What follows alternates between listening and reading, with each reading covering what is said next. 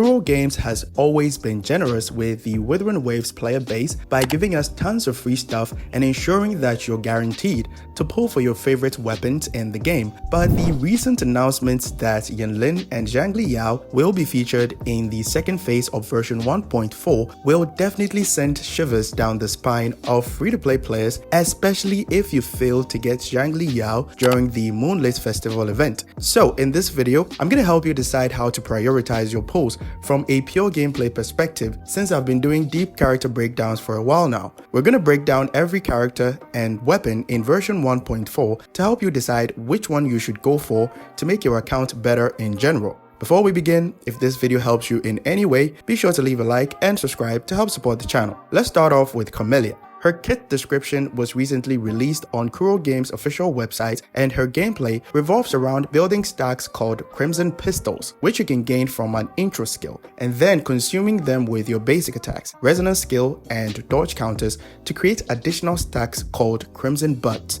This helps her fill her concerto energy before using her skill to enter the Beyblade state. Based on this information, we can clearly understand that her gameplay will be somehow complicated compared to other 5-star characters like Jiyan, who just need an intro skill and a full resonance energy. Camellya, on the other hand, wants to spend some time on the field to generate Crimson Buds from the Crimson Pistols, and to make matters a bit concerning, she needs a full concerto energy that has to be consumed before she can start dealing damage. If you're somebody that likes to play straightforward characters, Camellya might not be a good choice for you, because you need to always efficiently manage her concerto energy, because she can't do majority of her damage without it. She can recover a total of 40 concerto energy from the Crimson Buds, which means that you need to at least give her 2 intros, which gives 20 concerto energy. Use Liberation, which gives her 20 concerto energy, and her skill cast will hopefully fill up the rest. So, to prevent you from relying on dodge counters to be able to recover concerto energy, you need support characters that have a high concerto efficiency and does not rely on the intro from your healer to help them fill their concerto energy very quickly. Luckily, her best support characters that fit this description are 4-star characters including Sanhua and Donji, which you can easily obtain. So getting 2 intros quickly with Camellya should not be a problem. But again, if you're not interested in playing complicated characters, you can easily skip her in this patch and then get her on her rerun. What I also recommend that you do is to test her extensively during her trial before you pull, or simply watch my advanced breakdown of her video when version 1.4 drops to help you make any pull decisions. For her weapon, I generally don't recommend that you pull for it if you're free to play. The first reason is actually quite simple. It's incredibly niche because of the last passive that gives you 40% basic attack damage bonus after consuming your concerto energy, which means that Camellya is the only character that can benefit from the full 70% basic attack damage buff. A lot of people might think that your base damage just gets increased to 70% when using this weapon on Camellya, but that's not how damage is calculated in Wuthering Waves. Keep in mind that signature weapons are good, but only overpowered if you plan to get high refinement. You can easily make up for the damage loss if you're using any other 5-star weapon. I know a lot of you guys hate the math, so I'll try to make it simple. Buffs like basic attack damage and elemental damage bonus are not separate multipliers, but they add up to each other per the damage calculation in the game. That is why your damage can increase significantly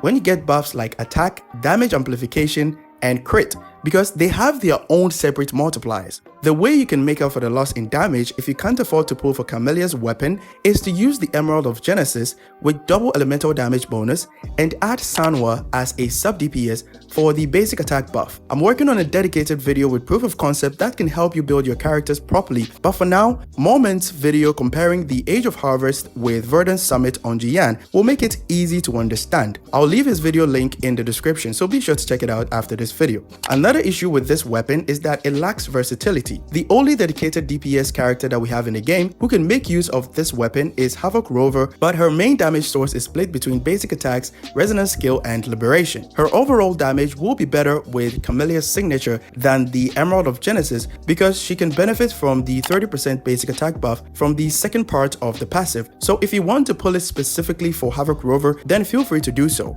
Aside from Havoc Rover, the only character that can benefit from the second passive is Yang, because her feather release is considered as basic attack damage. Don't bother pulling it for Xiangli, by the way, unless you have leveled her basic attacks. So, if you plan to pull for Camellya's weapon, keep in mind that there's not enough characters in the game currently that can benefit from it if you don't play Yang Yang or Havoc Rover. So, you just have another shiny toy in your inventory. The crit rate substat on the weapon is also good, but is the same 24.3 crit rate that you can find on the Emerald of Genesis. For Xiangli Yao, those that started the game early on during the Moonlit Festival like myself was able to get him for free. But if you could not get him, I strongly suggest that you pull for him instead of Camellya because of what we know so far. What makes Xiangli Yao so good is his ease of playstyle and front-loaded nuke damage, which he can follow up with 3 40 cube explosions at S0. In some situations, he can even perform better than Jinshi. But before you attack me in the comments saying Jinshi is the strongest character in the game, let me explain. Jinshi is only broken if you can manage to crit her Dragon Blast Resonance skill damage, which means that you can spend about 30 seconds doing your rotations, but if you don't crit, it can drive you insane. Xiangli Yao strikes a balance between front-loaded damage and Unga Bunga playstyles. So even if you don't crit his nuke type liberation damage, he can still dish out damage with his forte after his liberation. On top of that, he also has resistance to interruption built into his kit at S0. But you need to pull for his weapon as well because his skill tree has only crit damage, so it will be difficult to get crit rate if you're using the Abyss Surges. Getting his weapon is also good for your account because it's the only limited gauntlet type weapon that we have at the moment, which has crit rate substat on it. Another thing that makes Xiangli Yao broken is that both his liberation and forte have a very large area of effect, so you will rarely need a grouper when using him in your team. All you need to do is position yourself in a way that you can deal damage to multiple enemies. So if you got him for free during the Moonlit Festival event, I suggest that you get his weapon during his rerun in version 1.4. There's a common misconception that Xiangli Yao needs Yinlin to be good, but it's entirely false. Yinlin does decent personal damage, which can help you clear content faster, but if you're only looking for a support character that can buff Xiangli Yao, Zheng Xin is all you need, and I'm sure you probably lost the 50-50 to her anyway. From my previous video on how to clear the overdrive zone, I cleared the middle tower and the echoing tower with Xiangli Yao and Zheng Xin. However, if you want to get Yinlin because you have Jinshi, it's a good investment to make because without Yinlin or Zheji, you are limited to Yuanwu for coordinated attacks, which is viable but can be difficult depending on the enemy that you're up against in the Tower of Adversity. Enemies like Thundering Memphis, Tempest Memphis, and Impermanence Heron rarely stay at one place for a long time, so it's very easy for them to leave the Yuanwu circle and you have to chase them and place it again.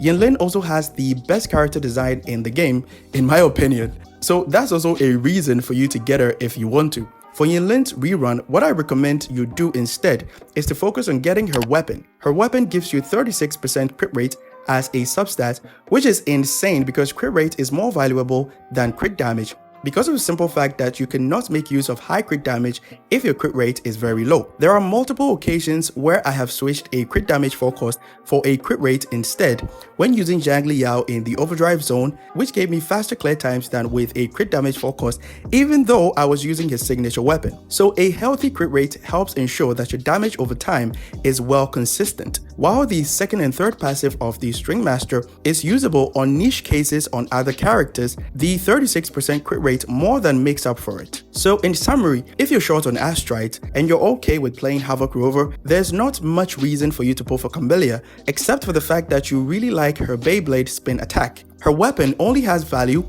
if you play Yang Yang or want to get it for Havoc Rover, but the Emerald of Genesis will do just fine. Xiangli Yao is one of the best DPS characters that we have in the game so far, so if you're afraid to pull him because you don't have Yinlin, but you have Zheng Xin, absolutely go for it. Check out my overdrive zone video to see the rotations I use for Zheng Xin. If you also plan to pull for Yinlin for Jinshi because you don't have Zheji, absolutely go for it because it's a good investment. But if that does not apply to you, I would prioritize her weapon instead because it's good for DPS characters and sub-DPS characters overall. I hope these reasons give you good insights on how to properly spend your Astrites, especially if you're free to play. Thanks for watching and don't forget to like the video and subscribe. Catch you guys in the next one. Bye-bye. So please